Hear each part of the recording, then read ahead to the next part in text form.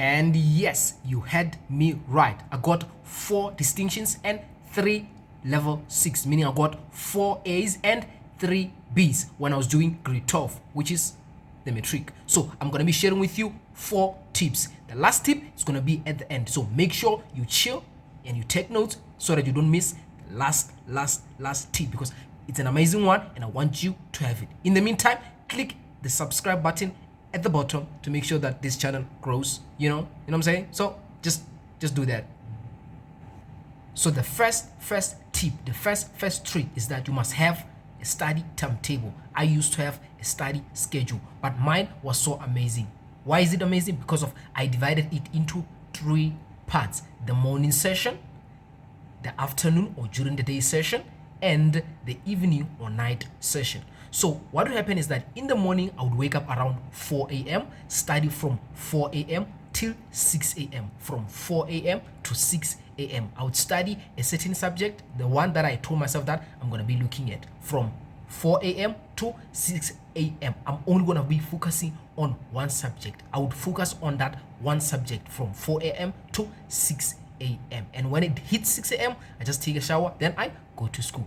And then during the day or in the afternoon, when we knock out at school, we used to knock out around 3 p.m. So when the other learners are going at home, I would stay around and study from 3 p.m.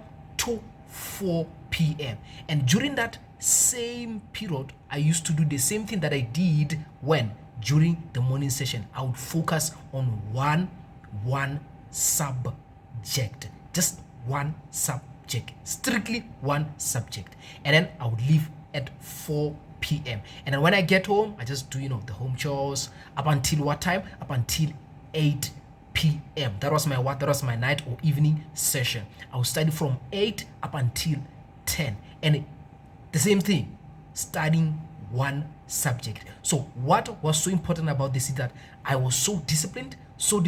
I was so strictly disciplined, and I told myself, you know what, Peter, just stick to the schedule, just stick to your timetable, be disciplined, discipline yourself, manage yourself, timely, physically, whatever, manage yourself and be disciplined and stick to the schedule. You can do the same, you can follow the same, the first tip, and trust me, you're gonna see a lot of changes. And then the second tip, this is so powerful. You see, one of the greatest scholars once said that he believes that human beings are social people. They are social beings, meaning sometimes you learn or you do some of the things based on the surrounding, based on the people that are around you. So the second tip is that having study mates, having people that you study with, having people around you, positive people. That's the first one.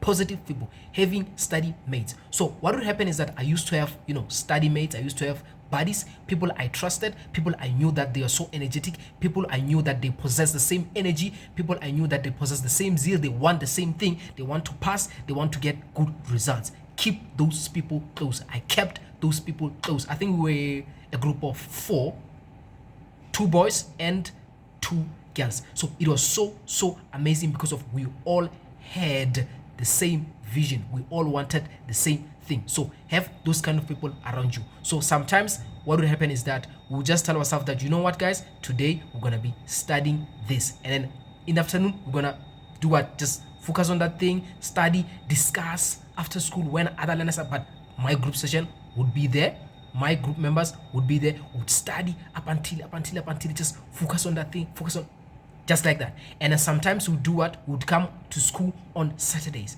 and what would happen is that we would choose a previous question paper, whether mathematics, science or English, any subject. Would choose one paper and then tell ourselves that, you know what, we're gonna act as if we're in an exam session. We're just gonna sit and then write that previous question paper, just the 4 of us. After that, we'll do what? We'll take out a memorandum after writing the whole paper, whether it's out of 200 or out of 225 or out of 100. We'll just write it up until we finish it, as if we were in the exam session. So we'll do what? After finishing it, would have a memorandum and then mark that thing together. It was so nice. The experience, it made us to do what, or it made me to do what, to always want more, because of I knew that I had the same people around me who want the same thing. So do the same. Find right people around you. You can do that. I did that. You can do that. Find those people around you, and you're gonna see amazing results. You're gonna see amazing results. Okay, before I share the second tip, for those who haven't subscribed yet, just do it. We're waiting for you. Just do it now. Click the subscribe button so that this channel can grow. We can share all these kind of tips so that you can all be the best. We want the best nation. So the third tip is that you must always ask for help. Always ask for help. From who? Especially your teachers. You see, a teacher is there to help you. A teacher is just not there because of he wants to be paid alone. No, a teacher is like a parent. There's this Italian saying where they say a teacher is loco in parentis, meaning a teacher is in a position of a parent. So your teacher is there for you. Always ask for help. What I'll do is that sometimes I would go to the staff room, ma'am, I want, help with this. And she's going to be like, all of them actually, they're going to be like, okay, you can do this. You can always ask for things. If you want something, if you feel like you want another resources, just go to the teacher. Just don't be shy. Just do it. Remember, you're going to be having those study mates. So you can take one of them if maybe you are shy and go with them to the study room and ask for help. So ask for help. The Bible says what?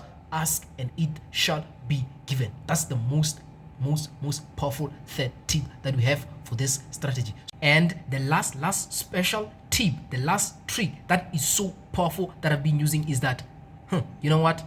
Applause to those who have stayed up until here. So the last trick or the last tip is that use your home language. Use your mother tongue language to explain the content that you're going to be reading to yourself. Always use your home language, whether Spedi, Swana, isiZulu, whatever language that you speak at home, use it to do what? To explain to yourself. Especially, I'm talking to the people who stay in South Africa, because of South Africa is it's a multilingual, context type of country. And for those who are internationally based, English is going to be the best because it's going to be your what? It's going to be your home language. So always use your home language.